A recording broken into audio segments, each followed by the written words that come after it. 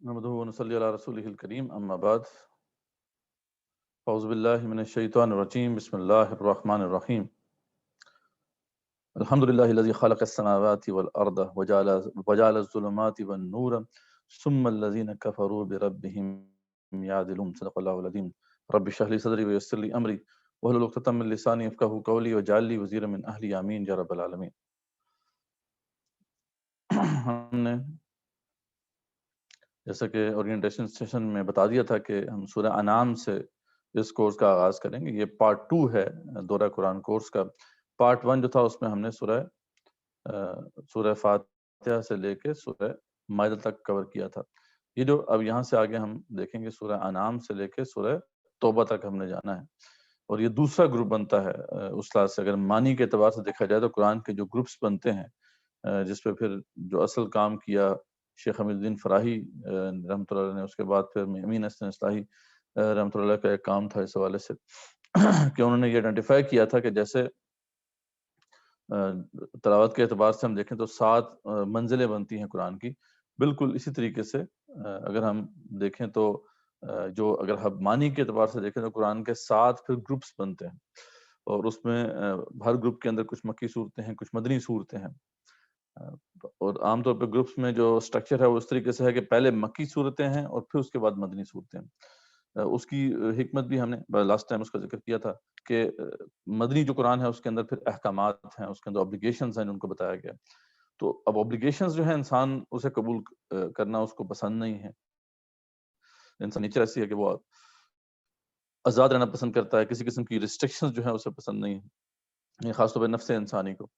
تو یہ جو صورتیں ہیں مکی صورتیں، یہ بیسیکلی پھر ہمارے دل کو تیار کرتی ہیں ان احکامات کے لیے کہ جب وہ احکامات سامنے آئیں تو پھر ہم ان کو دل سے تسلیم کر سکیں۔ جیسا کہ آپ نے جب بیج بونا ہوتا ہے تو پہلے مٹی کو تیار کیا جاتا ہے، زمین کو تیار کیا جاتا ہے، تو اسی طریقے سے دل کی جو زمین ہے اس کو بھی تیار کرنا ضروری ہوتا ہے، اس سے پہلے کہ پھر احکامات کے بیج اس میں ڈالے جا سکیں۔ تو اس لحاظ سے دیکھا جائے تو بڑی خوبصورت ترتیب بنتی ہے کہ، اور مکی صورتوں میں عام طور پہ جو ہے یہ ہم دیکھتے ہیں کہ اس میں ایمانیات کی ایک طرح سے دعوت ہے، ایمانیات کی طرف، ایمان باللہ، ایمان بالآخرت، ایمان بالرسالت، پھر ایمان بالقدر، ایمان بالکتب، ایمان بالرسل، یہ جتنی بھی ہماری جو ایمانیات ستہ ہیں ان کی ایک طرح سے یاد دہانی ہوتی ہے بار بار۔ اس کے حوالے سے دلائل دیے جاتے ہیں، اس کے حوالے سے جو شکوک و شبہات ہیں ان کو دور کیا جاتا ہے، تو انسان جو ہے اس کا جو مائنڈ سیٹ ہے وہ پریپیئر ہوتا ہے اس کے لیے، ان احکامات کے لیے۔ سب سے بڑی بات یہ کہ انسان کا جو ورلڈ ویو ہے، انسان کا جو ایک نظریہ ہوتا ہے، آفاقی نظریہ، وہ تبدیل ہوتا ہے، اور اس کے ساتھ ساتھ پھر انسان کا جو کردار ہے اس کے اوپر بھی اثر پڑنا شروع ہو جاتا ہے۔ تو اس طرح سے ہم اس گروپ میں بڑے اس طرح سے ہم دیکھیں گے کہ آپ کو واضح نظر آئے گا کہ 2 بڑی مکی صورتیں رکھی گئی ہیں 2 عظیم مدنی صورتوں سے پہلے، سورہ انعام اور سورہ اعراف، یہ عظیم اور طویل ترین جو ہیں مکی صورتوں میں ان کا شمار ہوتا ہے۔ اور اس کے بعد پھر 2 عظیم مدنی صورتیں جو کہ جن کا ٹاپک جو ہے اصل میں جو ہے وہ جہاد و قتال فی سبیل اللہ اور انفاق فی سبیل اللہ۔ جیسا کہ ہم پچھلے گروپ میں دیکھ چکے ہیں کہ جو پہلا گروپ تھا صورتوں کا، اس میں سورہ فاتحہ مکی صورت تھی، اور پھر 4 عظیم مدنی صورتیں آئی تھیں، یعنی سورہ بقرہ، آل عمران، نساء اور مائدہ۔ تو ہم دیکھتے ہیں کہ ان 4 صورتوں میں پورے شریعت اسلامی کا ایک سٹرکچر، ایک ڈھانچہ ہمارے سامنے آ جاتا ہے، یعنی کمپلیٹ دین کیا ہے، اس کے خد و خال کیا ہیں، اس کی ڈائمینشنز کیا ہیں، وہ سب ان 4 صورتوں میں کور ہو جاتی ہیں۔ لیکن اس کے بعد اب جن ٹاپکس پہ اللہ تعالیٰ نے بہتر سمجھا کہ ایمفسس ہونا چاہیے، اس کو مزید ایکسپلینیشن کی ضرورت ہے، تو اللہ تعالیٰ نے پھر آگے جو آنے والے پھر گروپس ہیں ان کے اندر پھر اس کو وضاحت سے کھولا۔ تو اس لحاظ سے جو دوسرا گروپ ہے اس کے اندر جس ٹاپک پہ اللہ تعالیٰ نے ایمفسس کیا ہے یا جس کو زیادہ مزید تفصیل سے کھولا ہے، وہ جہاد و قتال فی سبیل اللہ۔ تو انشاءاللہ جب سورہ انفال اور توبہ پہ ہم آئیں گے تو وہ باتیں تفصیل سے آپ کے سامنے آ جائیں گی انشاءاللہ، جس کی اشد ضرورت ہے اس وقت امت مسلمہ کو، جس کا ذکر ہم پچھلے جو ہے اپنے کورس میں تفصیلاً کر چکے ہیں۔ لیکن اس سے پہلے کیونکہ عظیم ایک اوبلیگیشن ہے، ایک فرض ہے جس کے اوپر بات ہونی ہے، دل کو ذریعہ بات تیار ہونا، دل کا تیار کرنا بڑا ضروری ہے۔ تو اس لحاظ سے ہم دیکھتے ہیں کہ سورہ انعام اور اعراف ان کا جو یہاں پہ ان کو پوزیشن کیا گیا ہے 2 صورتوں سے پہلے، اس کے اندر اس کی حکمت ہمیں سمجھ میں آتی ہے۔ تو اس کا تھوڑا سا جیسے کہ ہم پہلے دیکھتے تھے کہ پس منظر ہم دیکھتے ہیں ہر صورت کا، اس کے بعد تاکہ وہ کانٹیکسٹ ہمارے سامنے رہے کہ جس تناظر میں وہ آیات نازل ہو رہی ہیں، پھر سمجھنا آسان ہوتا ہے بات کو. تو انشاءاللہ وہ اب ہم پہلے دیکھتے ہیں، اس کے بعد پھر ہم آگے اس کا جو اس کی سمری آپ کے سامنے رکھیں گے. تو ابن عباس کے نزدیک جو ہے ساری یہ سورہ جو ہے وہ مکے میں نازل ہوئی، اور مکے میں بھی یہ تقریباً آخری حصے میں جو تقریباً 10 سے 13 نبی کے درمیان اس کا نزول ہوا ہے. اور اس میں ایک روایت ہے اسماء بنت یزید کے حوالے سے بھی ہے، اور ان کے بارے میں کافی حد تک یہ کنفرم ہے کہ وہ ہجرت کے یا تو ہجرت سے بالکل پہلے یا ہجرت کے بعد فوراً بعد اسلام لے آئی تھی. تو یعنی ان کے ہجرت سے کے آس پاس کے زمانے میں بارہ وہ اسلام قبول انہوں نے کیا تھا، جس سے بھی معلوم ہوتا ہے کہ یہ مکی دور کے بھی آخری حصے میں یہ صورت نازل ہوئی. 12 سال تقریباً گزر چکے تھے اور ظلم کی انتہا ہو چکی تھی. آپ کو پتہ ہے 10 سے 13 نبی کا زمانہ جو ہے یہ بہت مشکل تھا آپ صلی اللہ علیہ وسلم کے لیے. اس وقت تک جو ہے ابو طالب جو تھے آپ کے چچا، جو آپ کا بڑا ساتھ دیتے تھے، وہ اس وقت تک فوت ہو چکے تھے. آپ کی جو شریکہ حیات تھیں، جو شروع سے آپ کے ساتھ تھیں، حضرت خدیجہ رضی اللہ عنہا، وہ بھی وفات پا چکی تھیں. اس لیے آپ صلی اللہ علیہ وسلم کو جو ہے آپ صلی اللہ علیہ وسلم کے پاس کوئی سہارا بھی نہیں رہا تھا یہاں پہ. نہ گھر میں وہ سہارا رہا تھا، نہ باہر جو سوسائٹی میں وہ سہارا رہا تھا. اس لیے آپ کے لیے بڑے مشکلات کا جو ہے وہ یہ دور تھا. اس لیے آپ نے پھر یہاں سے ہجرت کرنے کا بھی فیصلہ کیا تھا بعد میں. اور اس کی صورت اس طرح بنی تھی کہ وہاں سے کچھ لوگ آئے تھے، بیعت عقبہ اولیٰ ہوئی، بیعت عقبہ پھر ثانیہ ہوئی. تو اس دوران پھر وہ حالات ایسے پیدا ہوئے کہ آپ کے لیے ہجرت کرنا جو ہے وہ ممکن ہو سکا. اس سے پہلے تقریباً 6 نبی میں حبشہ ہو چکی تھی. ٹھیک ہے. تو یہ سارے وہ حالات تھے جس کے کانٹیکسٹ میں ہم دیکھ سکتے ہیں اس صورت کے اندر کے بہت سے پھر اہم آپ کو یہ جو کانفلکٹ چل رہا تھا آپ صلی اللہ علیہ وسلم کا ان مشرکین کے ساتھ، اس کی آپ بازگشت سنائی دیتی ہے اس کے بیک گراؤنڈ میں. پھر اس میں جو ٹاپکس کور کیے گئے ہیں، اور یہ تقریباً تمام مکی صورتوں کا آپ دیکھیں گے کہ اس میں کسی حد تک یہ چیزیں کور کی گئی ہیں. شرک کا ابطال ہے، توحید کا اثبات ہے. ٹھیک ہے. ایمان بالآخرت کی طرف دعوت دی گئی ہے. توہمات جاہلیت جو تھیں ان کی تردید کی گئی ہے. جو اس وقت لوگ جو ہے انہوں نے من گھڑت دین جو ہے وہ طے کر لیا تھا اور اس کے پیچھے لگے ہوئے تھے. بڑے بڑے اخلاقی اصولوں کی تلقین کی گئی ہے. نبی صلی اللہ علیہ وسلم اور اہل ایمان کی دعوت پر اٹھنے والے اعتراضات کا پھر جواب دیا گیا ہے. جو پیدر پہ مختلف طریقے سے اعتراضات اٹھ رہے تھے ان کا مفصل جواب دیا گیا ہے. اچھا، یہاں پہ وہ شریعت اسلامی کا باقاعدہ ایک سٹرکچر ہمارے سامنے تو نہیں آئے گا، وہ تو بعد میں مدنی صورتوں میں آئے گا، لیکن بڑے بڑے اخلاقی اصول جو ہے ان کا ذکر آپ کو مکی صورتوں میں نظر آئے گا. یہاں پہ بھی ان کی طرف دعوت دی گئی.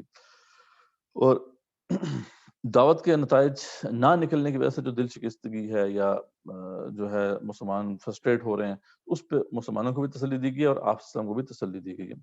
اور منکرین اور مخالفین کو جو ہے تنبیہ کی گئی ہے کہ وہ باز آ جائیں اپنی اس مخالفت سے. تو یہ تقریباً جو آپ نے جہاں ہم نے جو لسٹ ڈاؤن کی ہیں مضامین، یہ آپ کو مکی صورتوں میں نظر آئیں گے. اس کے ساتھ ساتھ جو اس صورت میں نہیں ہے وہ بات، لیکن دیگر مکی صورتوں میں آپ کو نظر آئے گی کہ سابقہ انبیاء رسول اللہ علیہ وسلم کے جو واقعات ہیں ان کا ذکر کیا گیا ہے. اس کی بھی اپنی حکمتیں ہیں. اس کی ایک حکمت تو یہ ہے کہ جو اصل واقعات ہیں وہ لوگوں کے سامنے آ جائیں. دوسرا یہ ہے کہ جو نہیں مان رہے کفار اور مشرکین، ان کو ایک تنبیہ ہو جائے، ایک ڈراوا ہو جائے ان کے لیے، اور اہل ایمان کے لیے وہی ان کے لیے دل کی تسلی کا باعث ہو. اب مکی زندگی میں جو صورتیں نازل ہوئی ہیں اس میں آپ اس طریقے سے شان نزول نہیں جان سکتے جس طریقے سے مدنی صورتوں کو آپ جان سکتے ہیں، کیونکہ مدنی صورتوں میں زیادہ تر جو ہیں جو واقعات ہوئے ہیں وہ آپ کو ان کا ذکر حدیث میں مل جاتا ہے، روایات میں مل جاتا ہے. تو آپ آرام سے جو ہے اس کو ریفر کر سکتے ہیں کہ یہ صورت کن حالات میں نازل ہوئی. لیکن مکی دور میں جو صورتیں نازل ہوئیں ان کے حوالے سے اس طرح کی کوئی آپ کو روایت نہیں ملتی. اور اس کی پھر ایک طریقہ یہ ہوتا ہے کہ ہم جو اندرونی شہادتیں ہیں ان کو مد نظر رکھ کے پھر جج کریں کہ یہ صورت پھر کس دور میں نازل ہوئی ہوگی. یا چھوٹے موٹے اشارات آپ کو مل جاتے ہیں، جیسے ہجرت کی طرف اشارہ آپ کو بعض جگہ مل جاتا ہے، تو آپ کو پتہ چل جاتا ہے کہ یہ صورت جو ہے یہ حبشہ کے آس پاس نازل ہوئی. اس طریقے سے اگر آپ کو حالات و واقعات جو اس کے کانٹیکس میں ہیں ان میں آپ کو محسوس ہو کہ بہت زیادہ ریزسٹنس ہے، فزیکل پرسیکیوشن بھی ہو رہی ہے، وربل پرسیکیوشن کے ساتھ ساتھ، تو معلوم ہو جائے گا کہ یہ لیٹر ان دا مکن پیریڈ، یعنی 10 سے 13 نبی کے زمانے میں یا 5 سے 10 نبی کے زمانے میں یہ صورت نازل ہوئی ہوگی. تو اس لحاظ سے جو مولانا مودودی رحمۃ اللہ علیہ نے بڑا ایک اہم اس حوالے سے بڑی اہم ڈویژن کی ہے مکی دور کی، کہ انہوں نے 4 حصوں میں ڈیوائڈ کیا ہے کہ مکی دور کو اب ہم پھر ڈیوائڈ کر سکتے ہیں 4 ادوار میں۔ پہلا جو دور ہے وہ آغاز بعثت سے لے کے اعلان نبوت تک کا جو معنی ہے، جب آپ صلی اللہ علیہ وسلم پر آپ صلی اللہ علیہ وسلم جو ہے کار رسالت کا آغاز کیا اور آپ کی خفیہ دعوت چلی، 3 سال تک آپ نے خفیہ دعوت دی۔ پھر دوسرا جو دور ہے پھر اعلان نبوت سے لے کے ظلم و ستم کے آغاز تک کا دور ہے، یعنی یہ 3 نبی سے 5 نبی کا زمانہ ہے، جس میں جب آپ نے اعلانیہ دعوت پیش کر دی تھی تو اس کے بعد آپ کو بہت سے اختلافات کا سامنا تھا۔ تیسرا پھر دور جو ہے ظلم و ستم کے آغاز سے لے کر جو ہے ابو طالب اور حضرت خدیجہ رضی اللہ عنہا کی وفات تک کا زمانہ، یہ 5 سے 10 نبی کا زمانہ جو آپ کے لیے بہت سخت زمانہ تھا۔ اس میں جو ہے پرسیکیوشن بہت زیادہ بڑھ چکی تھی، فزیکل پرسیکیوشن بھی کئی صحابہ کے ساتھ ہو رہی تھی اور وربل پرسیکیوشن کا بھی سلسلہ چل رہا تھا۔ اور پھر اس کے بعد آخری دور ہے 10 سے 13 نبی، یہ وہ زمانہ ہے جب سختیاں اور جو مشکلات تھیں اپنی انتہا کو پہنچ جاتی ہیں۔ اسی دور میں پھر آپ کو طائف کا سفر کرنا پڑتا ہے، وہاں پہ جو آپ کے ساتھ ہوتا ہے وہ سارا واقعہ آپ کو یاد ہی ہوگا۔ اور اسی دوران پھر جو ہے یہ بیعت عقبہ اولیٰ اور بیعت عقبہ ثانیہ ہوتی ہیں اور ایک طرح سے مدینہ کی طرف سے ایک رے آف ہوپ جو ہے ایک امید کی کرن نظر آتی ہے اور وہاں پہ آپ صلی اللہ علیہ وسلم ہجرت کرتے ہیں۔ تو یہ اس طریقے سے آپ ڈیوائڈ کر سکتے ہیں۔ جو ابھی شروع میں جو بڑی طویل مکی صورتیں آپ کو ملیں گی، ان کا زیادہ تر تعلق 10 سے 13 نبی کے زمانے سے ہے۔ تو اس لحاظ سے دیکھا جائے تو سورہ انعام جو ہے اور سورہ اعراف، یہ دونوں جو صورتیں ہیں ان کا تعلق اسی دور سے 10 سے 13 نبی کے درمیان ان کا نزول ہوا۔ ٹھیک ہے جی، آگے ہم چلتے ہیں۔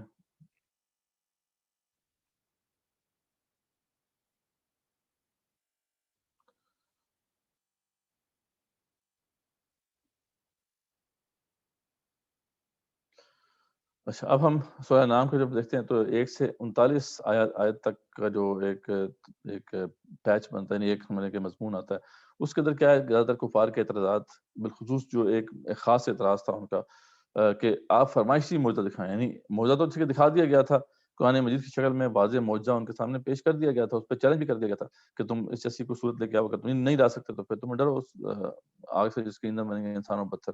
تو یہ بات جو ہے پہلے طے ہو چکی تھی، لیکن مشرکین کی طرف سے مسلسل یہ مطالبہ تھا کہ ان کی مرضی کے مطابق کوئی معجزہ دکھایا جائے۔ تو ایک تو یہ اعتراض تھا، اس کے علاوہ بھی اور کئی اعتراضات ہیں جن کا ذکر اس کانٹیکسٹ میں آپ کو ملے گا اور ان کے پھر جوابات دیے گئے۔ ان کی جو ہٹ دھرمی ہے ان پہ تنبیہ کی گئی، ان کو ڈرایا گیا اور رسول اکرم صلی اللہ علیہ وسلم کو نصیحت کی گئی ہے کہ آپ اپنا مشن جاری رکھیں۔ تو اس کا آغاز اس طرح ہوتا ہے کہ اللہ نے آسمان و زمین اندھیرے اور روشنی بنائے، پھر بھی لوگ شرک کرتے ہیں۔ کیوں جو ہے شرک پہ اڑے ہوئے ہیں؟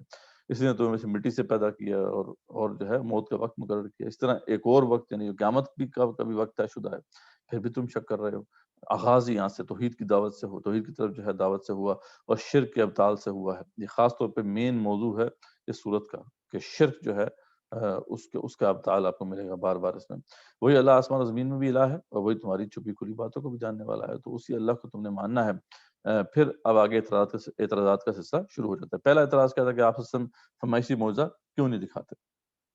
ٹھیک ہے، تو جواب اس کا کیا دیا گیا کہ دیکھو پچھلی قوموں کو بھی معجزہ دکھایا گیا لیکن وہ نہیں مانی اور ہلاک ہوئی۔ یعنی فرمائشی معجزے کی بات ہو رہی ہے نا کہ دیکھیں معجزہ دکھا دیا گیا تھا، قرآن مجید کی شکل میں جو معجزہ تھا وہ تو دکھایا جا چکا تھا، لیکن اب ان کی طرف سے کیا آ رہا تھا کہ فرمائشی معجزہ، وہ اپنے خود ہی کہہ رہے تھے کہ جی آپ ایسا کریں آسمان سے جو ہے کوئی کتاب اترے اس کو ہم چھو لیں، آپ ایسا کریں جی کہ یہ جو پہاڑ ہے یہ چلنا شروع ہو جائیں، ایسی کتاب ہو ہمارے پاس، یا ایسی کتاب اس کو ہم چھو کے دیکھ لیں، یا ہم آسمان میں چڑھ کے دیکھ لیں کہ اللہ کیسے وحی کرتا ہے۔ مطلب اس طرح کی کئی قسم کی باتیں وہ کر رہے تھے اور یہ آپ کو 10 سے 13 نبی کے زمانے میں جو صورتیں نازل ہوئیں اور ایون کے جو 5 سے 10 نبی کے درمیان جو صورتیں نازل ہوئیں ان کا جو آخری حصہ ہے یعنی تقریباً 7 سے 10 نبی کے درمیان جو صورتیں نازل ہوئیں اس میں آپ کو یہ تکرار ملتی ہے کہ بار بار اس کا جو ہے مطالبہ کیا جا رہا ہے کہ اب ہماری جو فرمائش ہے اس کے مطابق وہ معجزہ دکھائیں۔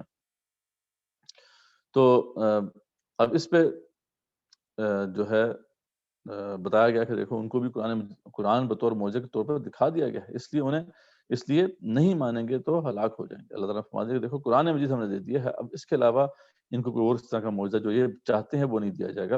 اور اس کی ایک دلیل یہ بھی دی گئی، دیکھو رسول اللہ صلی اللہ علیہ وسلم کے دل میں بھی یہ تاریخ تھی کہ اگر یہ کہتے ہیں کہ کوئی ایسا معجزہ دکھا دے اللہ تعالیٰ تو اللہ کو دکھا دینا چاہیے تاکہ یہ ایمان لیں۔ تو اس پہ اللہ تعالیٰ سمجھا رہے ہیں کہ دیکھیں رسول وسلم آپ یہ اس کو سمجھیں کہ ان کے دلوں میں مور لگی ہوئی ہے، یہ ایسی بات نہیں کہ یہ جو ہے مطالبہ صدقے نیت سے کر رہے ہیں، وہ صحیح نیت سے کر رہے ہیں، بلکہ ان کی جو نیت ہے وہ خراب ہے، اس میں کھوٹ ہے۔ وہ تو آپ کو صرف جو ہے جو آپ کو ایک بات کو الجھانے کے لیے آپ سے یہ باتیں کر رہے ہیں، ورنہ اصل میں ماننا کوئی نہیں ہے۔ اور اس کی سب سے بڑی دلیل یہ ہے کہ اس طرح کے معجزات پہلی قوموں کو دکھائے گئے، جیسے خاص طور پہ قوم سمود کا ذکر آتا ہے کہ ان کو فرمائشی معجزہ دکھایا گیا، ان کی فرمائش کے مطابق دکھایا گیا، تب بھی نہیں مانے۔ تو اس لیے رسول اللہ صلی اللہ علیہ وسلم کو سمجھایا جا رہا ہے کہ آپ کے دل میں ایسی بات نہیں آنی چاہیے۔ اس لیے رسول اللہ ہم کوئی کاغذ کا ٹکڑا بھی نازل کوئی کاغذ کا ٹکڑا بھی نازل کر دیتے اور یہ اس کو ہاتھ سے چھو بھی لیتے جیسے کہ وہ مطالبہ کر رہے ہیں، تب بھی یہ نہیں مانتے، ٹھیک ہے؟ یعنی قرآن بطور معجزہ ان کے سامنے موجود ہے، جب وہ کافی نہیں ہو تو کوئی اور معجزہ کیسے کافی ہو سکتا ہے؟ دوسرا اعتراض یہ تھا کہ کوئی فرشتہ کیوں نہیں بھیجا جاتا؟ ٹھیک ہے، یہ کیا بات ہے جی ہمارے درمیان جو انسان ہم ہی میں سے جو ہے اس کو آپ نے نبی بنا دیا۔ جواب دیا گیا فرشتہ ایسے نہیں بھیجتے اللہ تعالیٰ، جب وہ آتا ہے تو پھر کام تمام کر دیا جاتا ہے۔ فرشتے جو ہے جب بھیجے جاتے ہیں تو پھر کسی قوم کا فیصلہ چکا دیا جاتا ہے، تو یہ ان کا مطالبہ جائز نہیں ہے۔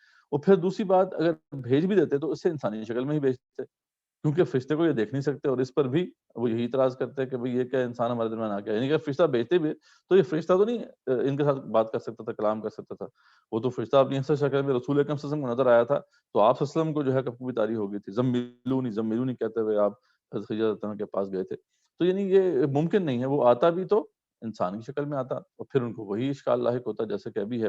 اس لیے ان اعتراضات کی پرواہ کیے بغیر آپ ان کو آخرت کا خوف دلائیں اور یہ بتائیں کہ سب ملکیت اللہ کے پاس ہے اور وہ الگ بات ہے کہ جس نے نہیں مانا وہ نہیں مانے گا۔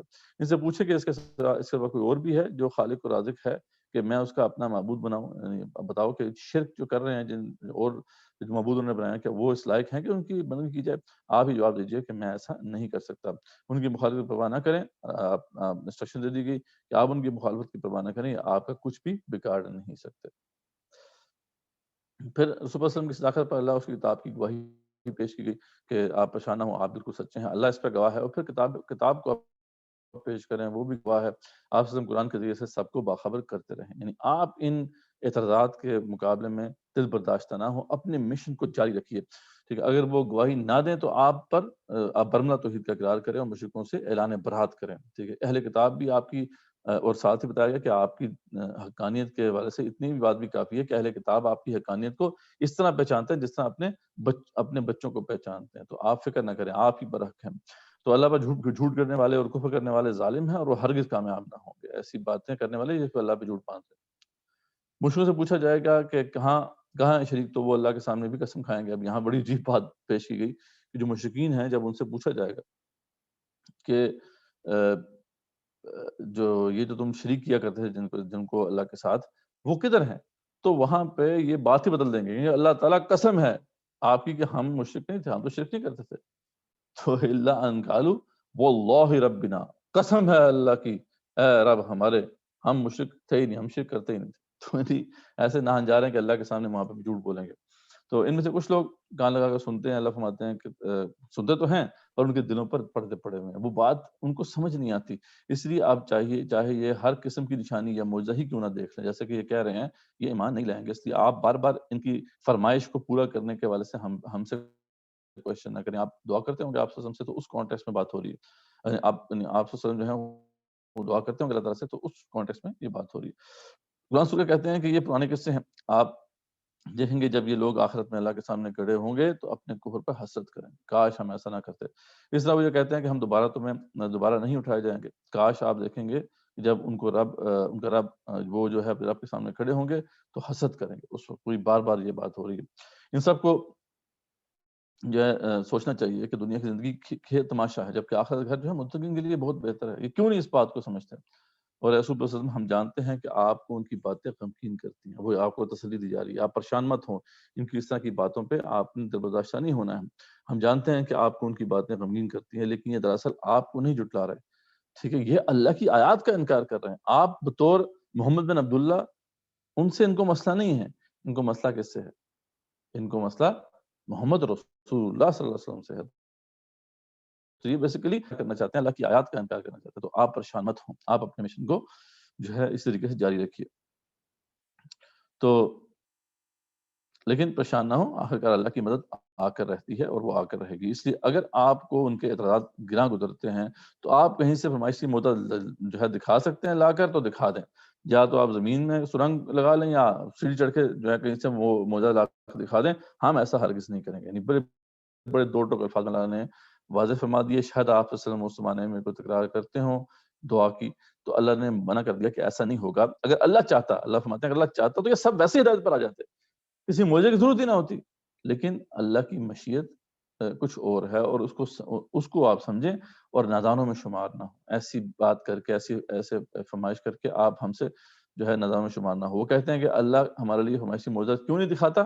اب اس کا اللہ تعالیٰ نے ریشنل دیا ہے، اس کے پیچھے جو حکمت ہے وہ بیان کی ہے، تو اس کا جواب یہ ہے کہ اللہ بلا شبہ ایسے معجزات دکھا سکتے ہیں۔ اللہ تعالیٰ کو کوئی روکنے والی چیز نہیں ہے۔ کئی جگہ پہ سورہ شعراء میں آتا ہے کہ اللہ تعالیٰ کے پاس ایک پوری قدرت ہے کہ وہ ایسا معجزہ دکھائیں کہ بے اختیار ان کی جو گردنیں ہیں وہ ہمارے سامنے جھک جائیں۔ بالکل ممکن ہے اللہ کے نزدیک، لیکن اللہ فرماتے ہیں اگر میں ایسا کر دوں، زبردستی ان کو اسلام پر لے آؤں، تو پھر ان میں اور انسان جو کہ اشرف المخلوقات ہے، اور پرندوں اور چرند و پرند میں اور جو ہے چوپایوں میں کیا فرق رہ جائے گا؟ وہ ساری مخلوقات جو ہیں اللہ تعالیٰ کی بندگی ان کے اوپر لازم ہے، وہ اب چاہیں بھی تو اس کے خلاف نہیں کر سکتے۔ جبکہ یہ انسان ہے جس کو اللہ نے اختیار دیا ہے، وہ اس لیے دیا ہے کہ اللہ تعالیٰ نے اس کو اشرف المخلوقات بنایا ہے، اس نے سوچنا ہے، سمجھ کر جو ہے ہدایت پر چلنا ہے۔ تو اگر ایسا ہم معجزہ دکھا دیں فرمائشی جیسا کہ چاہ رہے ہیں، پھر تو امتحان ہی ختم ہو جائے گا۔ تو اس لیے آپ اس بات کو سمجھیں کہ یہ اللہ کی مشیت نہیں ہے۔ ہم نے جو بااختیار ان کو مخلوق بنایا ہے، ان کو سوچ کر جو ہے میرے دین کو اور مجھے میری حقانیت کو قبول کرنا ہوگا۔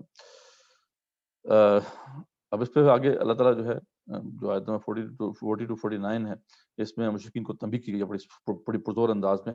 اگر عذاب یا قیامت آ جائے تو تم کس کو پکارو گے؟ تو اللہ سوال پوچھتے ہیں بار بار، صرف اللہ ہی کو تو پکارو گے اور کس کو پکارو گے؟ تو پھر وہ دور کر دے گا تمہاری مشکل کو، تم اس کے مشکل کو بھول جاؤ گے۔ تمہارا یہ معاملہ ہے۔ ایسا ہوتا بھی تھا، جب مشکل پڑتی تھی تو صرف اللہ کو پکارتے تھے۔ ہم قوموں کو سختیوں اور تکلیفوں سے اللہ فرماتے ہیں پکڑتے رہے، لیکن اس لیے ہم نے ان کو پکڑا تھا تاکہ وہ گڑگڑائیں، لیکن جب ان پہ سختیاں آئیں تو وہ کیوں نہ گڑگڑائے اللہ کے سامنے، بلکہ ان کے دل سخت ہو گئے اور شیطان نے ان کے برے اعمال ان کے لیے جو ہے مزین کر دیے، خوشنما بنا کے پیش کر دیے۔ تو پھر جب وہ ہماری نصیحت کو بالکل بھلا بیٹھے، اب یہ قوموں کے حوالے سے بڑی ہی اہم بات جہاں پہ پیش کی جا رہی ہے، بہت بہت اہم اصول جہاں پہ بیان کیا جا رہا ہے، تو جب وہ ہماری نصیحت کو بالکل بھلا بیٹھے تو ہم نے ان پر ہر طرح کے خیر کے دروازے کھول دیے۔ ٹھیک ہے، ابواب کل شیء، ہر قسم کے دروازے خیر کے کھول دیے، یہاں تک کہ جب وہ خوب اترا گئے اپنی ان نعمتوں میں، اپنی ان عیاشیوں میں، تو پھر ہم نے ان کو اچانک پکڑ لیا اور ان کو ہلاک کر دیا۔ اس لیے دیکھنا چاہیے کہ کوئی مسلمان قوم اگر ہے اور اس کے کرتوت ٹھیک نہیں ہے، یعنی اللہ کے احکامات نافذ نہیں ہو رہے اور ان کی جی ڈی پی بھی بڑھ رہا ہے اور ان کے باقی اعداد و شمار بھی ایک طرح سے بہتر ہو رہے ہیں، تو اس کا مطلب یہ ہے کہ ان کی جو ہے نا خاتمے کا فیصلہ کیا جا چکا ہے، آخری دن چل رہے ہیں ان کے پاس۔ ہاں، اگر باقی دین پر صحیح طرح عمل پیرا ہیں، کوئی ایسی قوم ہے جو صحیح طریقے سے چل رہی ہے دین کے اوپر، پھر اس کے اعداد و شمار بہتر ہوتے ہیں، تو پھر وہ اللہ کا کرم ہے، اللہ کا فضل ہے۔ لیکن یہ ہے کہ اگر یہ سب نہیں ہے تو پھر یہ عین ممکن ہے کہ پھر وہ آخری وقت جو ہے وہ آ گیا ہے جب اللہ تعالیٰ ہر قسم کے خیر کے دروازے کھول دیتا ہے تاکہ لوگ اترا جائیں اس میں۔ اگر اللہ تعالیٰ تمہاری کان اور آنکھیں چھین لے، اللہ تعالیٰ ہم اپنی قدرت کا بیان کر رہے ہیں اور دلوں پر مہر لگا دے تو کون ان کو لوٹا سکے گا اس کے سوا؟ ہم رسولوں کو بشارت دینے والا اور ڈرانے والا بنا کر بھیجتے رہے یا بھیجتے ہیں تاکہ جو ایمان لے آئے اور اصلاح کر لے اس پر کوئی غم و خوف نہ رہے، کہ اس لیے ہم نے جو ہے رسولوں کو بھیجا تھا۔ تو یہ جو ہے کفار مشرکین کو بڑی سخت تنبیہ کی گئی ہے۔ اس کے بعد پھر آگے جو ہے داؤد دین کے زمانے میں کچھ ہدایات پیش کی گئی ہیں اور حوصلہ افزائی کی گئی ہے اور نصیحت بھی کی گئی ہے، ٹھیک ہے، اہل ایمان کو۔ تو اس کا سلسلہ اس طرح ہوتا ہے کہ آپ انہیں کہہ دیں کہ میرے پاس کوئی خزانے نہیں ہیں، نہ ہی میں کوئی علم غیب جانتا ہوں، نہ ہی میں یہ کہتا ہوں کہ میں کوئی فرشتہ ہوں، میں تو خود اس وحی کا اتباع کرنے والا ہوں، میں انسان ہوں بس۔ اس قرآن کے ذریعے سے اللہ فرماتے ہیں انہیں ڈرا دیں جو آخرت میں حشر کی پیشی سے ڈرتے ہیں تاکہ وہ عذاب سے بچ سکیں۔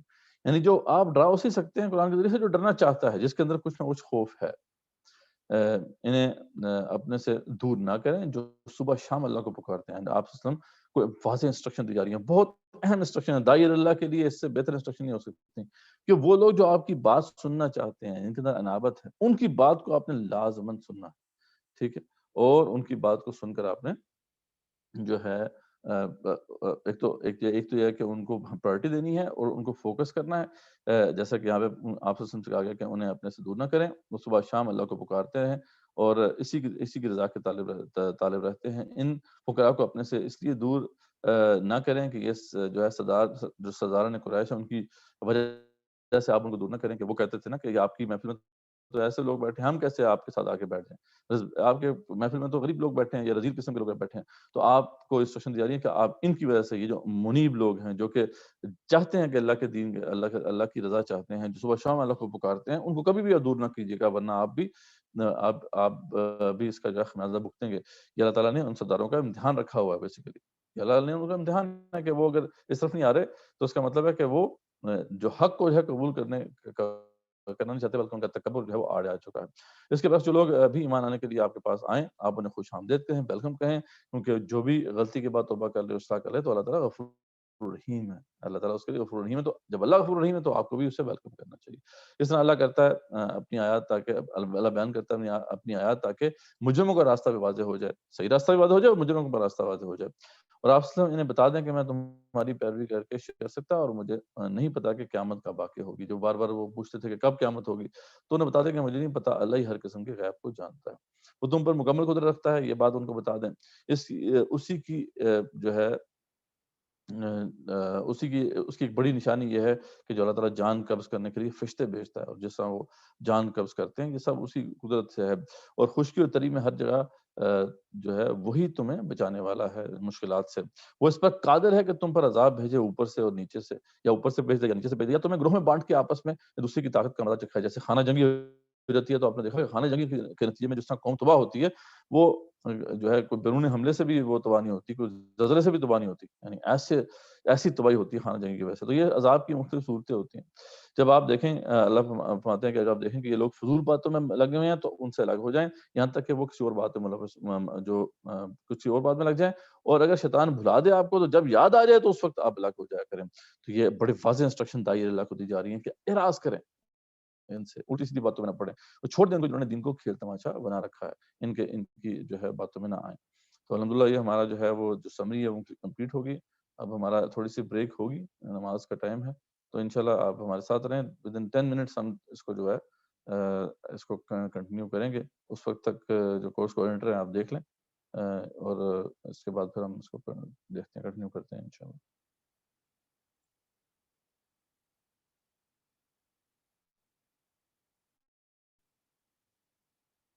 جی جان بھائی. جی مدثر بھائی،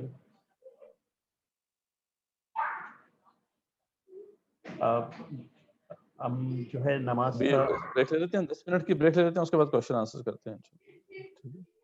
جی جی ٹھیک ہے. ہم انشاءاللہ 10 منٹ کی بریک لیتے ہیں اور اس کے بعد دوبارہ سے جو ہے وہ دوبارہ سے کلاس کو جوائن کرتے ہیں. اس دوران میں نے اٹینڈنس لگانے کا لنک شیئر کیا ہے، آپ لوگ اس کو استعمال کرتے ہوئے اپنی اٹینڈنس مارک کر لیجئے. جن لوگوں کے پاس مطلب وہ لوگ جو کہ اس سیشن میں نئے جنہوں نے جوائن کیا ہے، ان کے پاس ابھی تک رول نمبر اسائن نہیں کیے گئے کیونکہ ابھی پورا ڈیٹا ہمارے پاس ریسیو نہیں ہوا ہے. تو جن کے پاس آلریڈی وہ رول نمبرز ہیں ان کو شاید طریقہ کار بھی بالکل سے علم ہے کہ کیسے مارک کی جاتی ہے اٹینڈنس. اور لیکن جن لوگوں کے پاس ابھی فی الحال رول نمبر نہیں ہے وہ اپنا نام لکھ کر اپنی اٹینڈنس کو مارک کر سکتے ہیں. یقیناً آپ لوگ لائیو کلاس اٹینڈ کر رہے ہیں تو اس کے اندر 2 آپشن موجود ہیں، ایک لائیو زوم سیشن اور دوسرا یوٹیوب ریکارڈنگ. تو آپ لوگوں سے درخواست کی جاتی ہے کہ جیسا کہ آپ لوگ لائیو ریکارڈنگ میں لائیو سیشن میں شامل ہیں تو اس آپشن کے اندر لائیو سیشن کو سلیکٹ کر لیجیے. بہت بہت شکریہ. تو انشاءاللہ ہم 10 منٹ کے وقفے کے بعد دوبارہ سے آپ کو جوائن کرتے ہیں. شکریہ.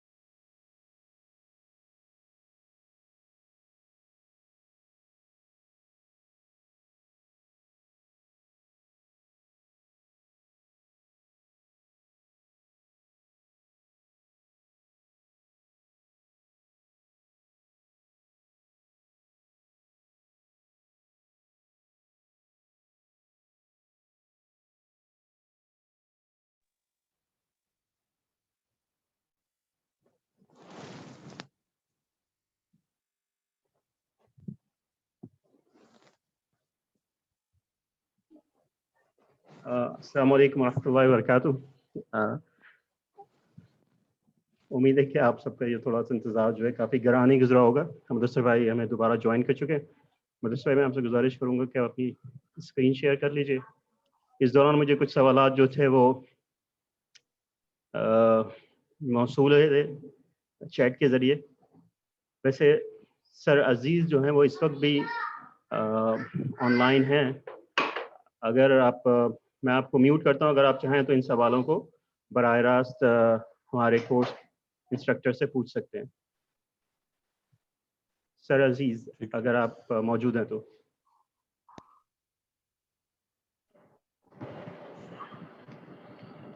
میرا نا دراصل السلام علیکم مدثر بھائی. وعلیکم السلام ورحمۃ اللہ وبرکاتہ.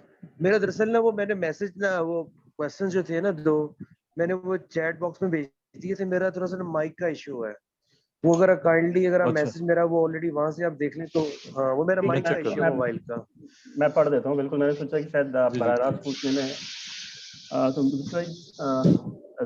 سر عزیز کا سوال یہ ہے کہ انہوں نے آیت نمبر 32 کا حوالہ دیا ہے کہ جب اللہ نے ہر چیز حق کے ساتھ پیدا کی ہے تو پھر یہ دنیا کی زندگی کھیل تماشا کیسے ہے. آپ اس سوال کا جواب دے دیجیے, پھر ہم دوسرے سوال کی طرف بڑھتے ہیں. اگر ہر چیز حق کے ساتھ پیش اچھا ٹھیک حق کے ساتھ پیدا کی ہے تو پھر یہ دنیا کی زندگی کھیل تماشا کیسے ہے. ٹھیک ہے. دیکھیں ہاں یہ بات تو ہے کہ ہر چیز کا حق کے ساتھ کا مطلب کیا ہے کہ ہر چیز کا ایک پرپز ہے. ٹھیک ہے, اس دنیا کا ایک پرپز ہے, لیکن ساتھ جو ہے اللہ تعالیٰ نے شیطان کو بھی پیدا کیا ہے. انسان کے لیے جو نفس ہے وہ بھی ایک بہت بڑا امتحان ہے اس کے لیے. اور پھر دنیا کو بھی اللہ تعالیٰ نے مزین کیا ہے. یہاں پہ اللہ تعالیٰ نے حسن کے مناظر رکھے ہیں کے لیے. یہ بتایا جا رہا ہے کہ ویسے تو اس کا ایک مقصد بہت بلند ہے, ما خلقت الجن والانس الا لیعبدون, کہ ہم نے انسانوں اور جنوں کو صرف اس لیے پیدا کیا کہ وہ اللہ کی بندگی اختیار کریں, اللہ سے غلامی اختیار کریں. تو مقصد تو یہ ہے کہ ہم نے جو اللہ تعالیٰ نے مقام عطا کیا ہے, یعنی ہمیں اللہ تعالیٰ نے خلافت عرضی عطا کی ہے, تو ہم اپنے اس مقام کو پہچانیں اور اس کے مطابق اپنی زندگی گزاریں. تو یہ مقصد زندگی ہے. لیکن اگر ہم اس مقصد میں نہیں پڑیں گے, یعنی اس مقصد کو نہیں اپنائیں گے اور اس کے لیے اپنی زندگی نہیں جو ہے کھپائیں گے, تو پھر زندگی ایک کھیل تماشا بن جائے گی. تو یہ ہمارے اوپر ہے کہ ہم اگر چاہیں تو اس زندگی کو ایک بہترین طریقے سے بروئے لاتے ہوئے جو ہمارا اصل ٹھکانہ ہے جنت, اس کو حاصل کر سکتے ہیں, اور اگر چاہیں تو اس کھیل تماشے میں لگ کر اپنا سب کچھ گنوا سکتے ہیں. تو یہ اس کانٹیکس میں ہے بات کہ دونوں چیزوں کو ہمیں اپنے سامنے رکھنا ہے, تبھی ہمیں وہ بات کلیئر ہوگی جو یہاں پہ کی جا رہی ہے. امید ہے واضح ہو گیا ہوگا آپ کو. امید ہے کہ واضح ہو گئی ہوگی. اگر نہیں تو آپ دوبارہ سے سوال پوچھ سکتے ہیں.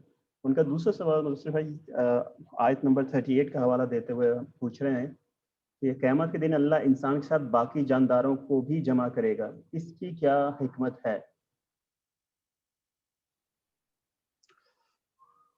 ویسے تو ہر جو حساب کتاب ہونا ہے اس کے بارے سے تو یہ بات کلیئر ہے کہ تمام جو ہے نا مخلوقات کا حساب کتاب ہونا ہے, یہاں تک کہ فرشتوں تک کا بھی حساب کتاب ہونا ہے. لیکن یہ ہے کہ ان کے لیے جزا و سزا نہیں ہے. یعنی باقی مخلوقات کے بارے سے حدیث میں آتا ہے کہ یہاں تک کہ جو کسی نے اگر سینگ مارا تھا کسی بھیڑ نے کسی دوسری بھیڑ کو, تو اس کا بھی حساب ہوگا. لیکن یہ ہے کہ ان کے لیے حساب کتاب کی وجہ سے کوئی جنت دوزخ نہیں ہے, بلکہ وہ جو بھی حساب پورا کر کے ان کو وینش کر دیا جائے گا, وہ نسیہ منسیہ ہو جائیں گے. یہ انسان اور جن 2 مخلوقات ایسی ہیں کہ جو کہ پھر اس کے بعد ان کو ایک یا تو ہمیشہ کی جنت ہے ان کے لیے یا پھر ہمیشہ کی جہنم ہے. تو یہ بات ہے اس کانٹیکسٹ میں.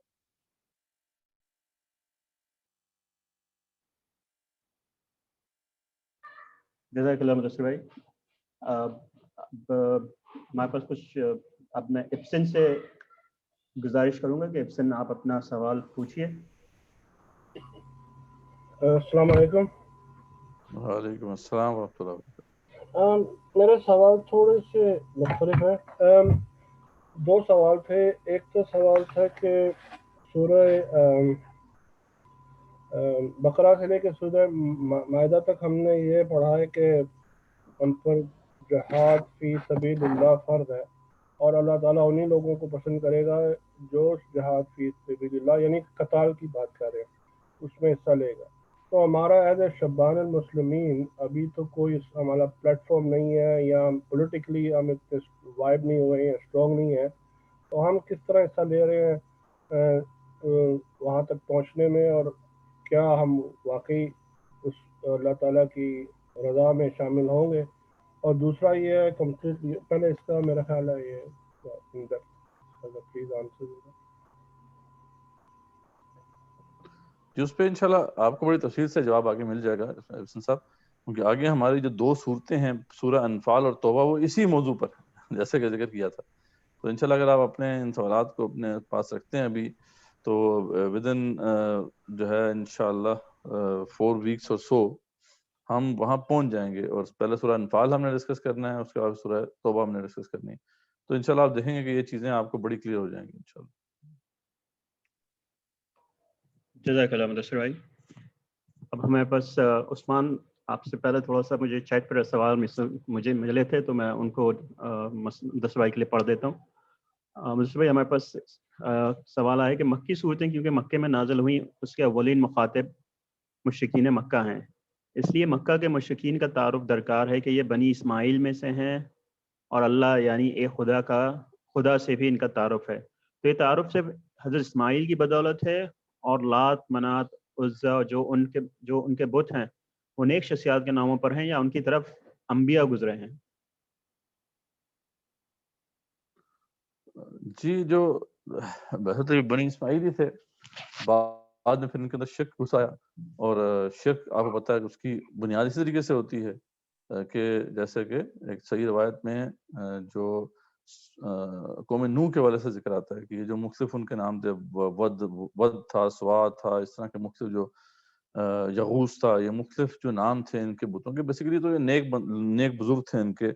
تو جب یہ دنیا سے چلے گئے تو لوگوں نے یہ سوچا یا شیطان نے دل میں ڈالا کہ ان کے کوئی مجسمے بنا کے آپ سامنے رکھ لیں تاکہ ان کی یاد ہمیں آتی رہے تو ہم بھی نیک کمال کی طرف جو ہے راغب رہیں. لیکن بعد کے آنے والی نسلوں میں پھر جو ہے شیطان نے آہستہ سے یہ بات ڈال دی کہ تمہارے آباء و اجداد تو انہیں کی پوجا کرتے تھے. تو اس طریقے سے جو ہے شرک کا آغاز ہوا. تو عین ممکن ہے کہ ایسی بات ہو, لیکن جو زیادہ ہمیں قرین قیاس بات معلوم ہوتی ہے جس کی پھر تفصیلات آپ کو مل جاتی ہیں, مختلف تفاصیل میں بھی مل جاتی ہیں, کہ یہ جو مختلف تھے نا یہ عزا, لات منات, عزا, یہ بیسیکلی اللہ تعالیٰ کے ہی صفات, اللہ تعالیٰ کے سمجھنے کے صفاتی نام کی ہی بگڑی ہوئی شکلیں تھیں. ٹھیک ہے, جیسے عزیز ہے اسی سے وہ عزا بن گیا. ٹھیک ہے, اسی طرح لات اور منات ان کے بھی کوئی نہ کوئی جو ہے کسی صفت باری تعالیٰ کے ساتھ کوئی تعلق ہے. تو بیسیکلی ان کا ایک عقیدہ یہ تھا کہ فرشتے جو ہیں وہ اللہ کی بیٹیاں ہیں, اور اسی وجہ سے یہ جو جتنے بھی بت جن کی پوجا کرتے تھے وہ مونس ان کا سیگا آپ کو نظر آتا ہے. تو ہو سکتا ہے کہ وہ صفات کے حوالے سے کوئی صفاتی مظہر, عام طور پہ پیگن مذاہب میں یہ بھی کانسیپٹ رہا ہے کہ یہ جو مختلف نیچے جو گاڈز اور گاڈیسز ہوتی ہیں یہ اللہ تعالیٰ کے یا جو بڑا گاڈ ہے اس کی جو صفات کے نا جسدی ظہور ہیں یا اس کی صفات کی مینیفیسٹیشنز ہیں. تو یہ ایک کانسیپٹ بھی ہو سکتا ہے ان کے بیک گراؤنڈ, سمجھیں کہ اس کے بیک گراؤنڈ میں کوئی حتمی بات تو نہیں کی جا سکتی, لیکن یہ کہ یہ کچھ جو ہے ہمارے سامنے ایویڈنس ملتے ہیں کہ اس طرح کی بات ہوئی ہوگی. اور عین ممکن ہے کوئی نیک لوگ بھی ہوں جن کے ساتھ ان کا کوئی تعلق ہو, لیکن زیادہ تر جو ہے جو لات منات عزا اور اس طرح کی جو مختلف بتوں کا ذکر ہے یہ کوئی صفات کے ساتھ, اللہ تعالیٰ کی صفات کے ساتھ کوئی ان کا تعلق تھا. ہاں ان کے بارے میں بات کلیئر ہے کہ وہ جو جن کا ذکر سورہ نوح میں آتا ہے کہ جو ود تھا, سواد تھا یا یغوث تھا, یہ جو مختلف نصر تھا, یہ سارے جو بت تھے یہ بیسیکلی یہ نیک لوگوں کے نام تھے. اچھا, یہ جو بت تھے ان کی بعد میں بھی جو ہے پرستش ہوتی رہی, یعنی مشرکین مکہ جو جن بتوں کی پوجا کیا کرتے تھے ان کے علاوہ جو بت تھے ان کے اندر یہ بت بھی شامل تھے, اور ان کی بھی بعد میں کئی عرصے تک جو ہے پرستش جاری رہی. اور عرب کے جو آس پاس کے قبائل تھے وہ ان بتوں کی پوجا کیا کرتے تھے. تو خیر یہ ہم کہہ سکتے ہیں اس حوالے سے, باقی تفصیلات آپ کو پھر دیکھنا پڑے گا کہ بیک گراؤنڈ اس میں کیا ہے, ماڈرن جو اس وقت آرکیولوجیکل فائنڈنگز ہیں اس علاقے کی وہ کیا کہتی ہیں, اس پہ اگر انسائٹ ہم ڈالیں تو شاید ہمیں مزید جو ہے ان کے بارے میں پتہ چل سکے. بہت بہت شکریہ مدثر بھائی. وہیں کا نیکسٹ سوال ہے ہمارے سے کہ حضرت محمد صلی اللہ علیہ وسلم کے مکی دور کے پہلے حصے میں خفیہ دعوت پر مزید روشنی درکار ہے، اور اس کا تعامل دور فتن جس میں حق پہ قائم رہنا انگارہ تھامنے کے مترادف ہوگا، تو ایسے دور میں خفیہ دعوت کے اس نبی طریقے کو بھی استعمال کیا جا سکتا ہے؟ اس سے ہم کہہ سکتے ہیں ڈیفینیٹلی، کیونکہ اسلام میں یہ تو بات ہے کہ آپ کے پاس جتنی استطاعت ہے اس کے مطابق آپ نے ایک بہترین اسٹریٹجی جو ہے اس کو اپنانا ہے. شروع میں بہت مشکلات تھیں آپ صلی اللہ علیہ وسلم کے لیے کہ آپ اس پیغام کو عام کرتے، اس لیے آپ نے اس کو خفیہ رکھا، دعوت کو 3 سال تک اس کو خفیہ رکھا. اور اس کے بعد پھر ہم دیکھتے ہیں کہ جب کچھ ایسے لوگ مسلمان ہو گئے جن کی کافی صحت تھی، یعنی جو ایک معتبر لوگ تھے، تو آپ نے پھر بہتر سمجھا اور اس سے پھر اعلانیہ دعوت کا پھر آغاز کیا. تو ہم ایسا کر سکتے ہیں کسی بھی سوسائٹی میں جہاں پر یہ بات جو ہے وہ اتنی جو ہے غلط سمجھی جاتی ہے کہ اس کے اوپر گردن کٹنے کا خطرہ ہے، تو وہاں پہ ہم یہ اسٹریٹجی اپنا سکتے ہیں بالکل، تاکہ کچھ ہمارے پاس وسائل آ جائیں کہ ہم پھر اس کی دعوت کو اعلانیہ جو ہے وہ پیش کر سکیں. تو یہ بات ہم اس کو اپنا سکتے ہیں. رہی بات دور فتن کے حوالے سے، تو وہ تو کسی ویسے تو فتنہ جو ہے اسی جو سمجھ لیں کہ کنڈیشنز ہیں وہ بہت اگر سویر ہیں، یعنی جیسے کہ جنگ جمل جو جنگ صفین کے معاملات ہوئے تھے، تو اس کے حوالے سے بھی محدثین نے یہ بات لکھی ہے کہ یہ جو جیسی احادیث ہیں کہ آپ جو ہے اپنی تلوار کو توڑ دو اور گھر میں مقید ہو جاؤ یا گھاٹیوں میں قرار پکڑو، تو وہ اپلیکیبل ہو جاتی تھی مطلب پہلے بھی یہ اس طرح کی جو احادیث ہیں. تو دور فتن جب ہم تو ظاہر بات ہے فتنوں کے دور میں ہیں ہی، لیکن یہ ہے کہ کوئی ایسا معاملہ نہیں ہے جسے اکراس دا بورڈ اپلائی کر سکیں. یہ علاقے پر ڈیپینڈ کرتا ہے، پلیس ٹو پلیس جو ہے اس کا حکم پیری کرے گا. ڈیپینڈ کرتا ہے کہ کس جگہ پہ حق پیش کرنے کی کتنی جو ہے گنجائش موجود ہے. اگر تو اس کی اتنی سخت جو ہے اوپر سے اسٹیٹ ریپریشن ہے، ظلم ہے، کہ آپ ہلکی سی بات کرتے ہیں اور آپ کی گردن کٹتی ہے، تو ڈیفینیٹلی پھر آپ کو خفیہ لے کے بات کرنی ہے. لیکن جہاں پہ آپ کھل کے بات کر سکتے ہیں، آپ کو ایسی پکڑنی ہے، وہاں پہ بھی آپ خفیہ رکھیں، تو یہ تو بات سمجھ میں آنے والی نہیں ہے. تو حق بات جو ہے اسے بہرحال ہمیں پیش کرنا ہے. یہ ڈیپینڈ کرتا ہے، آپ کی اسٹریٹجی ڈیپینڈ کرے گی ان حالات کے اوپر کہ جس میں آپ یہ کام کریں گے. تو ہوپ فلی یعنی اس کا کوئی یعنی جو ہے نا وہ یس اور نو آنسر نہیں ہو سکتا. یہ پلیس ٹو پلیس ویری کرے گا، یہ اس کی اسیسمنٹ کرنی پڑے گی، اور اس میں سارے فیکٹر جو ہیں ہمیں ان کو مد نظر رکھ کر پھر اس حوالے سے کوئی اپنا جو ہے وہ فیصلہ کرنا ہے. یہ جو بڑی مشہور حدیث ہے اس حوالے سے کہ جو ہے بہترین جو مال ہے مرد مومن کا وہ بکریاں ہوں گی، جس کو لے کے وہ چلا جائے گا اور کوہ بیابان میں اوپر چڑھ جائے گا. اور یا پھر یہ ہے کہ وہ جو حدیث ہے کہ تم وہیں پہ رہو ان بیابانوں میں یہاں تک کہ تمہیں درخت کی جڑ پکڑ کے گزارا کرنا پڑے. تو بیسیکلی اس کانٹیکس میں جب ہم دیکھتے ہیں تو ابن حجر اسقلانی نے اس حدیث کی شرح میں یہ بات لکھی ہے کہ یہ بات ہر جگہ پہ اپلیکیبل نہیں ہے. اگر کسی بھی جگہ پر ایسے حالات بھی ہوں، اگر اہل حق کا ایک گروہ آپ کو نظر آتا ہے کہ جو حق کے لیے کھڑا ہو چکا ہے اور اس کے پاس وسائل بھی ہیں، تو آپ کے لیے لازم ہے کہ آپ اس کا ساتھ دیں. تو یہ ایسی بات نہیں ہے کہ آپ جو ہے نا اس طرح کے معاملات کو آپ خود ہی اسیس کر کے فیصلہ کر لیں اور پھر وہاں سے جو ہے میدان جنگ سے فرار اختیار کریں. یہ بھی ایک غلط اسٹریٹجی ہوگی، اس سے ہمیں بچنا چاہیے. ٹھیک ہے.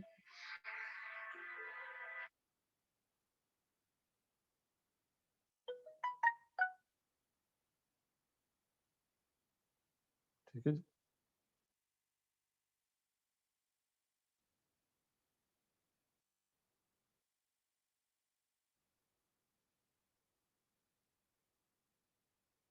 اور کوشچن ہے؟ عثمان مشتاق، آپ اپنا السلام علیکم سر. وعلیکم السلام ورحمۃ اللہ وبرکاتہ. سر سب سے پہلے یہ بات کی میں وضاحت چاہتا ہوں اور اس کے ساتھ ہی میں مطلب دوسرا اپنا سوال رکھ دوں گا. یہ جو ہم کہتے ہیں کہ ابھی آپ نے فرمایا کہ جو حضور صلی اللہ علیہ وسلم کی جو ابتدائی 3 سالہ جو یعنی دعوت و تبلیغ تھی وہ خفیہ تھی. تو مجھے یاد پڑتا ہے کہ میں نے کہیں یعنی کسی ویڈیو میں ڈاکٹر اسرار سے رحمۃ اللہ علیہ کو فرماتے ہوئے سنا ہے کہ انہوں نے کہا کہ ہم یہ نہیں کہہ سکتے کہ ان کی وہ دعوت خفیہ تھی، بلکہ پرسن ٹو پرسن تھی. مطلب اگر وہ یعنی سارے اپنے جو بھی رشتہ دار ان کی وہ دعوت کرتے ہیں، مطلب پھر یہ خفیہ تو نہیں نہ رہتی. پھر 2 بار وہ دعوت کرتے ہیں آپ صلی اللہ علیہ وسلم، جب حضرت علی بار بار اٹھتے ہیں اس محفل میں، تو مطلب پرسن ٹو پرسن دعوت دی ہے، اعلانی، یہ ہم خفیہ نہیں کہہ سکتے. تو اس پر وضاحت فرما دیجیے گا. دوسرا میرا سوال یہ ہے کہ سر یہ سورہ انعام کا شان نزول کے متعلق آتا ہے کہ یہ ساری کی ساری ایک ہی نشست میں، یعنی یا ایک ہی رات میں، یعنی حضور صلی اللہ علیہ وسلم اٹھنی پر سوار ہیں، یہ ساری صورت نازل ہوئی ہے. تو اگر جیسے ہم سورت کو پڑھتے ہیں، اس کے مضامین کو پڑھتے ہیں، اور ایسے لگتا ہے جیسے کہ مطلب نا مکالمہ ہو رہا ہو کفار کے درمیان اور حضور کے درمیان، وہ کہہ رہے ہیں کہ بھائی معجزہ دکھائیں، حصی معجزہ دکھائیں. تو ادھر سے پھر یعنی اللہ تعالیٰ کہتے ہیں کہ نہیں، ہم نے یہ نہیں دکھانا حصی معجزہ، یہی قرآن ہے. مطلب جیسے نا ایسے یعنی کنورسیشن ہو رہی ہو. تو وہ مطلب شان نزول کے متعلق آتا ہے کہ رات کے وقت یعنی یہ بھی آتا ہے کہ اونٹنی پر سوار ہیں حضور. تو ایک ہی نشست میں ایک ہی بیک وقت دفعتاً یہ پوری صورت نازل ہوئی ہے. تو باقی تو الحمدللہ ہمارا ایمان ہے. تو لیکن اس کو کیسے مطلب اس کے جب اسلوب پڑھتے ہیں، مضامین پڑھتے ہیں، اور صورت پھر چھوٹی بھی نہیں ہے کہ 5-6 آیات پر مشتمل ہو یا 20 آیات پر، ماشاءاللہ کافی بڑی صورت ہے. تو سر اس کو مطلب اس پر ذرا روشنی ڈالیے. جزاک اللہ. ہاں بالکل، وہ پہلی والی بات تو آپ کی درست ہے کہ وہ خفیہ دعوت کی ہم اس لیے کہہ رہے ہیں کہ مطلب اعلانیہ نہیں تھی وہ. مطلب وہ خفیہ دعوت سے مراد یہ نہیں ہے کہ معاذ اللہ کوئی جو دین کی کوئی بات تھی اس کو چھپا دیا گیا تھا. یعنی یہاں پہ یہ بات آپ نے اچھا سوال پوچھا، کیونکہ بعض لوگ اس سے مراد لیتے ہیں کہ جی جس طرح دین کی کوئی بات نہ چھپا دیں. جیسے آج کل ایک نیا طریقہ آیا ہے سامنے کہ جو امت کے اندر تو بھی سکت نہیں ہے، وہ اس طرح کی بڑی بڑی باتیں آپ کریں گے تو لوگ متنفر ہو جائیں گے، تو آپ دین کی جو ہے نا جو آسان احکامات ہیں وہ پیش کرتے ہیں. تو یہ اس طرح کی بات نہیں تھی، بات پوری پیش کی جا رہی تھی. ہاں یہ تھا کہ وہ اعلانیہ نہیں ابھی دعوت پیش کی جا رہی تھی، پرسن ٹو پرسن ہی وہ ایک دعوت جا رہی تھی. تو خفیہ ہم اس لیے سے کہتے ہیں جیسے زید بن ارقم کے گھر پہ جو ہے وہ ایک ڈسکشن ہوتی تھی آپس میں، وہاں پہ آپ وسلم جو ہے لوگوں کو قرآن سکھایا کرتے تھے. تو یعنی اس طریقے سے اعلانیہ نہیں تھی بات. وہ بعد میں جب 3 نبی کے بعد کا زمانہ ہے، اس میں پھر باقاعدہ آپ نے اعلانیہ دعوت دینا شروع کی، جس میں پہلے اپنے رشتہ داروں کو آپ نے دعوت دی، پھر آہستہ آہستہ سوسائٹی میں مختلف جو ہے لوگوں کو انہوں نے دعوت دینا شروع کر دی. تو بالکل اس کی یہ وضاحت ہمارے سامنے رہنی چاہیے. رہی بات کہ ہاں یہ بالکل درست ہے کہ یہ ایک ہی جو ہے وقت میں یہ پوری صورت جو ہے نازل ہوئی، اور جو ہے بالکل ایسا ہی معاملہ ہے. لیکن یہ ہے کہ دیکھیں پورا کا پورا قرآن بھی ویسے تو وہ آسمان دنیا پر یک بارگی نازل ہو گیا تھا، ٹھیک ہے. تو اب ابھی تو بہت سے حالات و واقعات پیش آنے تھے. اب یہ تو اللہ تعالیٰ کا معاملہ ہے نا، لوہے محفوظ میں تو ہر چیز لکھی ہوئی ہے. تو اس میں کوئی ایسی بعید نہیں ہے کہ کوئی ایسی چیزیں جو آگے آنے والی ہیں ان کو پہلے سے جو ہے طے کر دیا گیا. لیکن وہ پھر رفتہ رفتہ جو ہے باقی صورتیں آپ کے اوپر نازل ہوتی رہیں. لیکن یہ شاید ہم یوں سمجھ سکتے ہیں کہ جو اس کا سپین ہے جو ایونٹس کا، وہ بہت کلوز تھا. ساتھ ساتھ یہ جو ہے واقعات رونما ہو رہے تھے، تو اس لیے اس کو بہتر سمجھا گیا کہ یک بارگی اس کو نازل کر دیا جائے.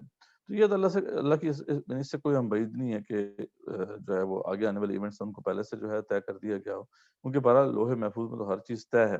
اور قرآن مجید جو ہے وہ لوہے محفوظ سے ہی جو ہے اس کو لے کے نازل کیا گیا ہے. آسمان دنیا پر یہ پہلے آیا رات القدر کے دن، یعنی ایک ہی رات میں جو ہے وہ وہاں سے یہاں پہ آ چکا تھا، اور یہاں پہ بیت العزہ ایک مقام ہے وہاں پہ رکھا گیا تھا. ابن عباس کی روایت ہے. اور وہاں سے پہ رفتہ رفتہ یہ قلب محمد صلی اللہ علیہ وسلم پر جو ہے پھر نازل ہوتا رہا. تو اس طرح سے دیکھا جائے تو وہ سارے کا سارا قرآن جو ہے وہ اس پہ بہت سے ایونٹس ابھی ہونے تھے، ٹھیک ہے، لیکن وہ نازل ہو گیا. تو یہ بہرحال وہ باتیں ہیں کہ جو اللہ تعالیٰ کی مشیت سے ہی جو ہے یہ ظہور پذیر ہوتی ہیں. لیکن یہ ہے کہ ان کی اصل حقیقت کیا ہے یہ اللہ ہی جانتے ہیں. بہرحال وہ الحکیم ہے، العلیم ہے، ٹھیک ہے. تو وہ بہرحال اس کی حکمت کو زیادہ بہتر طریقے سے جانتے ہیں کہ اس طریقے سے وہ کیوں انہوں نے کیا، یا کس طریقے سے، یا اس طریقے سے انہوں نے کیسے جو ہے وہ اپنے معاملات کو طے کیا.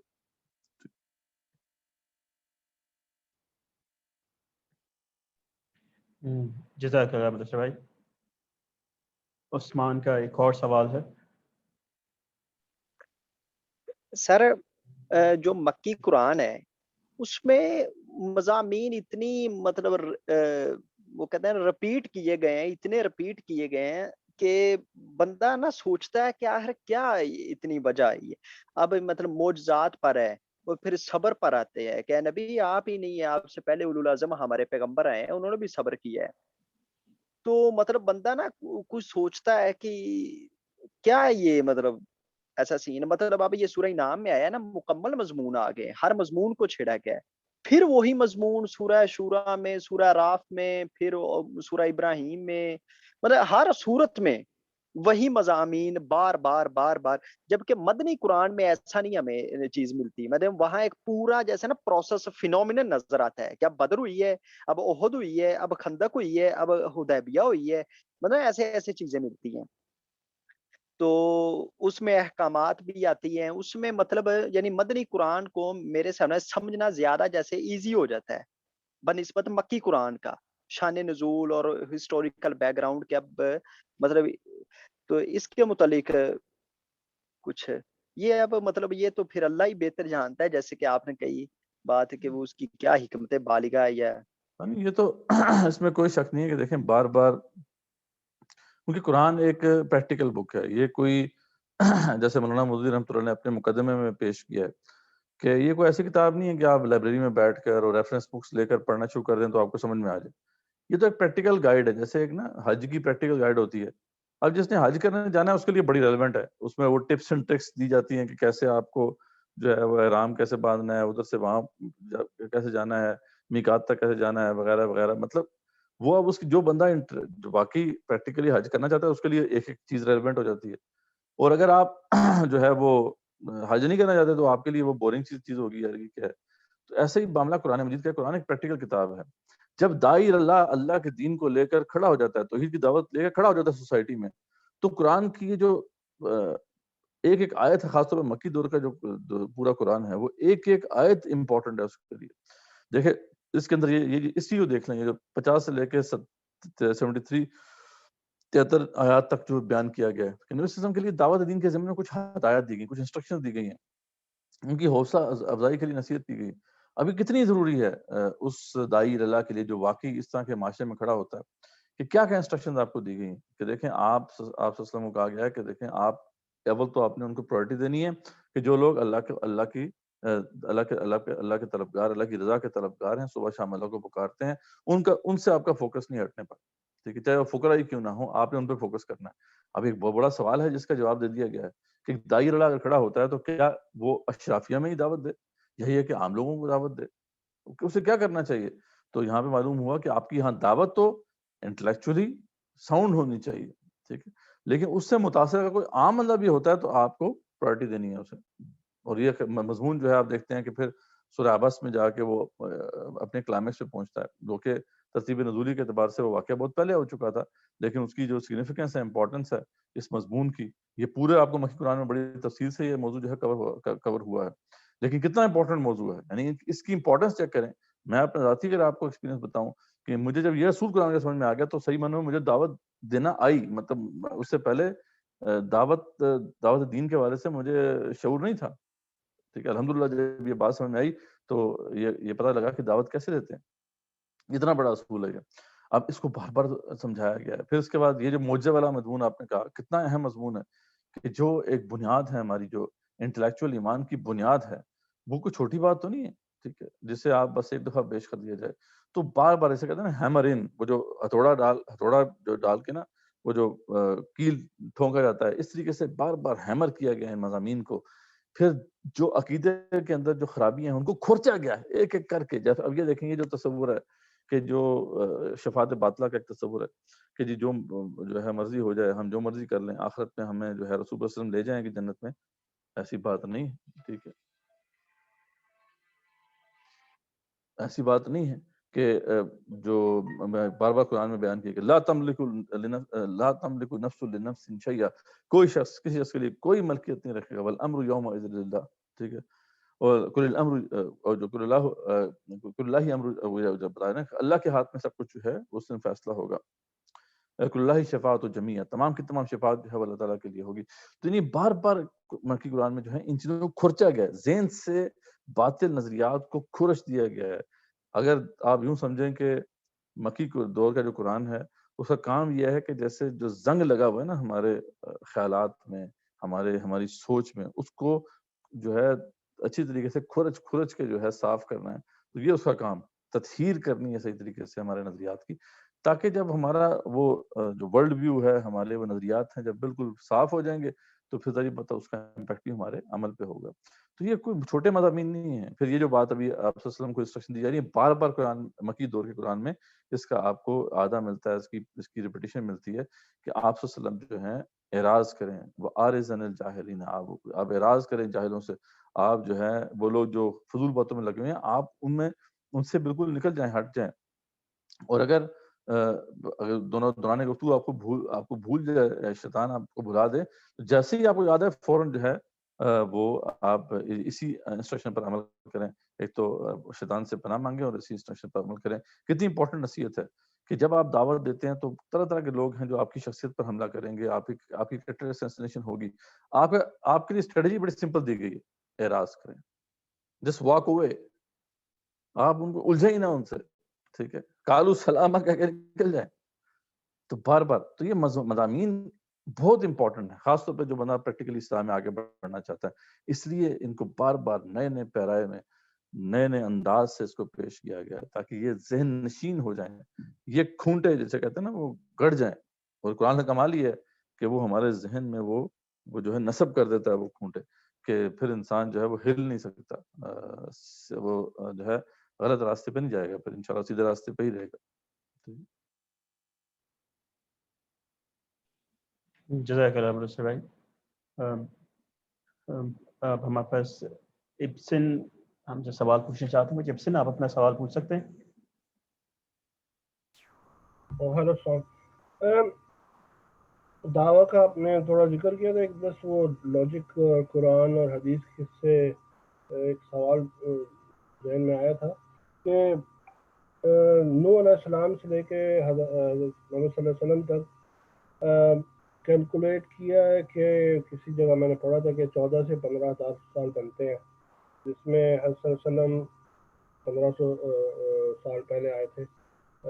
تو اس مدت کے اندر ہمیں حدیث سے پتہ چلتا ہے کہ 1,24,000 انبیاء دنیا میں آئے ہیں. تو اس چھوٹی سی مدت کے اندر آئے تھے.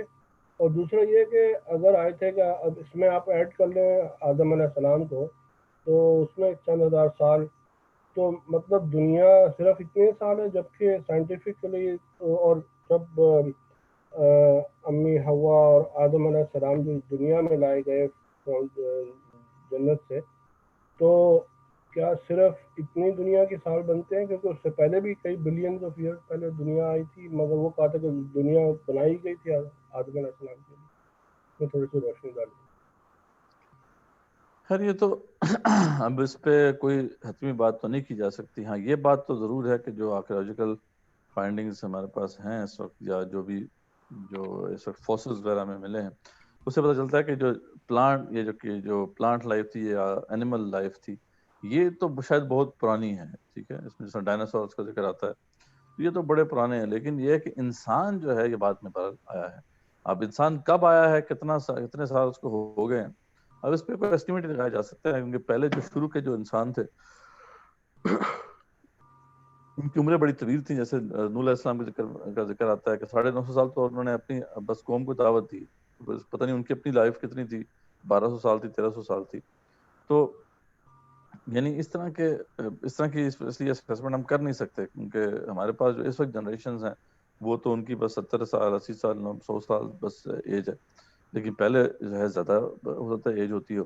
اور اس لیے یہ ایک ایسٹیمیٹ لگایا تھا کہ 10,000 سال جو ہے پوری یہ مطلب عمر ہے انسانیت کی، آدم علیہ السلام سے لے کے اب تک. لیکن یہ بھی درست نہیں ہے. تو اس کے بعد میں کچھ نہیں کہا جا سکتا کہ اندازہ ہے کہ جی 20,000 سال تک کی یہ ہے، یا اس سے آگے ایک رائے جو ہے شاذ رائے وہ ہے کہ جو 50,000 سال کا ذکر آیا نا، 50,000 سال کا ایک دن ہے جو روز محشر کا دن ہے، اس والے سے بات آتی ہے کہ اللہ کے ہاں جو ایک دن 50,000 سال کا، تو یہ نو انسانی کی مدت بھی بتائی جاتی ہے کہ 50,000 سال تک نو انسانی کی مدت ہے. وہ بھی ایک شاذ رائے اس والے سے موجود ہے. تو اگین اس میں سے کون سی بات درست ہے، کون سی صحیح ہے، اس پہ کوئی ایویڈنس ہمارے پاس تو نہیں ہے. وہ جب آگے شاید کوئی ایویڈنس جیسے آ جائیں کہ ہم اس کا اسٹیمیٹ لگا سکیں. ابھی تو فی الحال جی.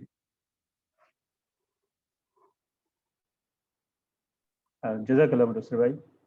جی ہمارے پاس ایک سوال چیٹ میں رہا ہے میں جس میں مکی دور کے 13 سالوں میں کون سے سال تک اتمام حجت ہو چکا تھا مشرکین مکہ پر؟ کوئی واضح فکر ملتی ہے ہمیں اس بارے میں؟ کون سے مکی سال تک قرآن بطور معجزہ کے واضح کر دیا گیا تھا مشرکین مکہ پر؟ مطلب اسی سوال کو انہوں نے تھوڑا الیبوریٹ کیا ہے. جی اس میں تقریباً جو زمانہ بنتا ہے یہی والا جو 5 سے 10 نبی کے درمیان جو صورتیں نازل ہوئیں ان میں بار بار پھر ایسی باتیں آئی ہیں جس سے پتہ چلتا ہے کہ تمام حجت ہو گیا تھا. یہ سورہ آپ دیکھیں گے آگے سورہ یونس اور سورہ ہود میں یہ پیدر پیس کا ذکر آیا ہے. جو ہے سورہ یونس میں شاید یہی ہے کہ ہاں سورہ یونس میں ایک سورت کی بات آ گئی تھی اور اس کے ساتھ ہی زمانے میں جو ہے سورہ ہود نازل ہوئی, اس کے اندر 10 صورتوں کا ذکر آ گیا تھا. تو یہ اسی جو ہے اس طریقے سے چیلنج پیش کیا گیا تھا. پہلے یہ کہا گیا تھا کہ اس جیسے تم قرآن لے کے آ جاؤ, ٹھیک ہے, جنہوں نے انسان جو ہے مل کے بھی اس جیسا قرآن نہیں لا سکتے. اس کے بعد پھر 10 صورتوں کا ذکر جو ہے سورہ ہود میں آ گیا تھا اور اس کے بعد سورہ یونس کے اندر جو ہے وہ ایک صورت کا ذکر آ گیا تھا. تو یہ جو وہ صورتیں ہیں جو تقریباً جو ہے اسی زمانے میں 5 سے 10 نبی کے عرصے میں نازل ہوئیں. تو ہم کہہ سکتے ہیں کہ اس دوران کسی حد تک جو ہے تمام حجت ان کے اوپر ہو چکا تھا اور وہ ہر درمی اور ضد کی وجہ سے جو ہے اس کو نہیں مان رہے تھے. جزاک اللہ مدرسہ بھائی.